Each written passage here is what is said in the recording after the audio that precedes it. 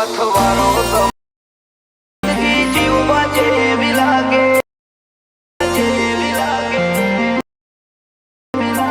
આખું આખું એક સ્માઈલ,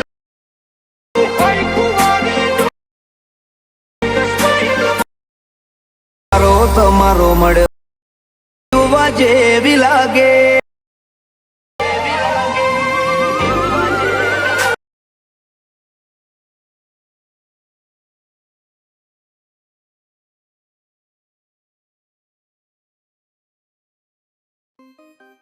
જય માતાજી મિત્રો, સ્ટાર્ટિંગમાં તમે જે લવ આલ્બમનું જે સ્ટેટસ જોયું છે એવું સ્ટેટસ તમને જોરદાર આજે બનાવતા શીખવાડવાનો છું. તમારે વિડીયોને પૂરેપૂરો જોવાનો છે ને વિડીયો પસંદ આવે તો તમારે લાઇક જરૂરથી કરવાની છે.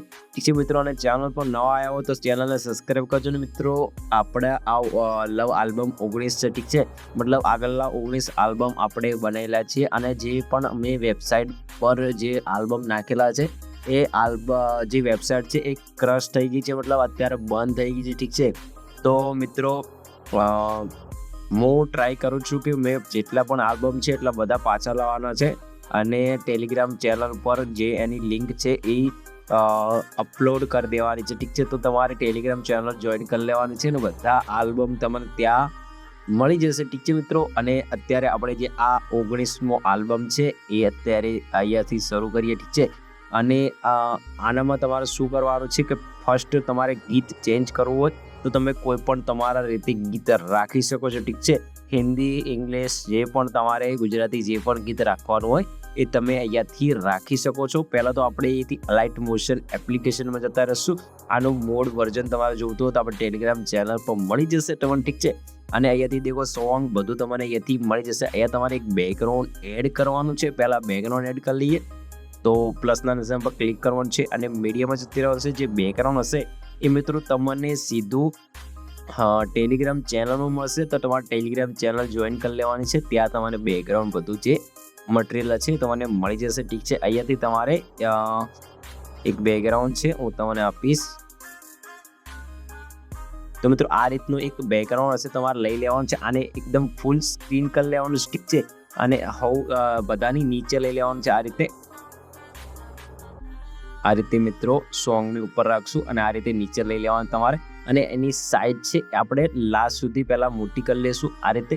અને એ મિત્રો દેખો ગ્રુપ આપેલા છે, જે ગ્રુપ આપેલા છે, ગ્રુપ એન્ડ માર્ક્સ જે લખેલું છે એના અંદર તમારે તમારા ફોટા એડ કરવાના છે. તમારા કપલના ફોટા છે એ તમારે એડ કરવાનું છે. તો આપણે પહેલું ગ્રુપ અહીંયાથી ખોલશું, એડિટ ગ્રુપ કરશું. આ રીતે તમારે શેપ મળી જશે. હું અત્યારે એક ફોટો તમને એડ કરીને બતાવું છું કઈ રીતનું થશે, ઠીક છે.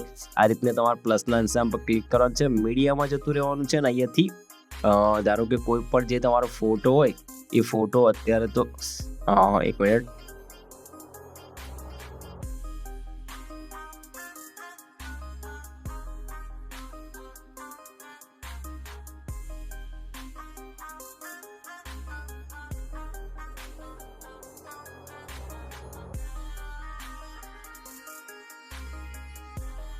તો મિત્રો આ રીતનો જે પણ તમારા પાસે ફોટો હોય એ ફોટાને આ રીતે રોટેટ કરી લેવાનો છે અને ફોટાને પકડી આ રીતે નીચે લઈ લેવાનો છે જે શેપ છે. અને નીચે આજે સ્ક્રોલ ડાઉન કરશો તો ફોટો તમારા શેપમાં અંદર જતો રહેશે મિત્રો, ઠીક છે. આ રીતે તમારે સ્ક્રોલ ડાઉન કરી અને આ રીતે ફોટો એડજસ્ટ કરવાનો છે એકદમ પરફેક્ટ રીતે મિત્રો, ઠીક છે.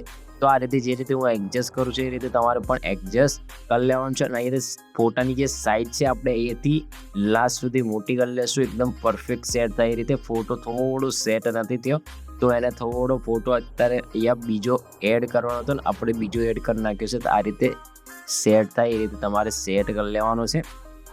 વળી પાછું આપણે ઉપર આવશું અને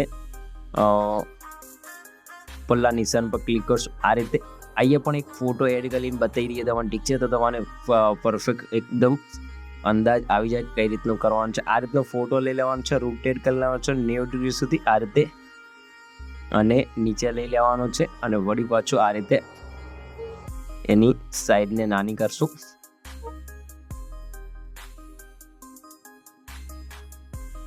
રીતે સાઈડને નાની કરી અને પરફેક્ટ દેખો મિત્રો આ રીતે ફોટાની બોર્ડર બહાર ના નીકળી જઈએ તો શું ફોટો નાનો થઈ જશે. આ રીતે પરફેક્ટ આ રીતે સેટ થઈ જશે. આ રીતે તમારે ફોટા એડ કરવાના છે પરફેક્ટ. આપણે એક સર્કલની અંદર પણ ફોટો એડ કરીને તમને બતાવી દઈએ તો તમને પરફેક્ટ અંદાજ એક આવી જાય. ઠીક છે, તો આ રીતે કોઈ પણ ફોટો લઈ લેવાનો છે, રોટેટ કરી લેશું 90 ડિગ્રી સુધી અને ફોટાને પકડી આ રીતે નીચે લઈ લેશું અને આ રીતે રાખશું. પાછાને સાઈડને મોટી કરી લેશું. આ રીતે મિત્રો તમારે 2-3 વયનું ચેક કરી લેવાનું છે. ફોટો ખૂબ મોટો થઈ જશે. તમારે આ રીતે સાઈડને નાની કરી અને આ રીતે સેટ કરવાનો છે. દેખો મિત્રો, હજુ પણ થોડું સેટ કરવાનો છે. તો આ રીતે સાઈડને થોડી નાની કરી અને આ રીતે. તો મિત્રો હવે દેખો એકદમ પરફેક્ટ ફોટો સેટ થઈ ગયો છે મિત્રો. ઠીક છે, આ રીતે તમારે બધા ફોટા એડ કરી લેવાના છે. પછી તમારે શું કરવાનું છે, અહીંયાથી એક ટેમ્પલેટ એડ કરવાનું છે.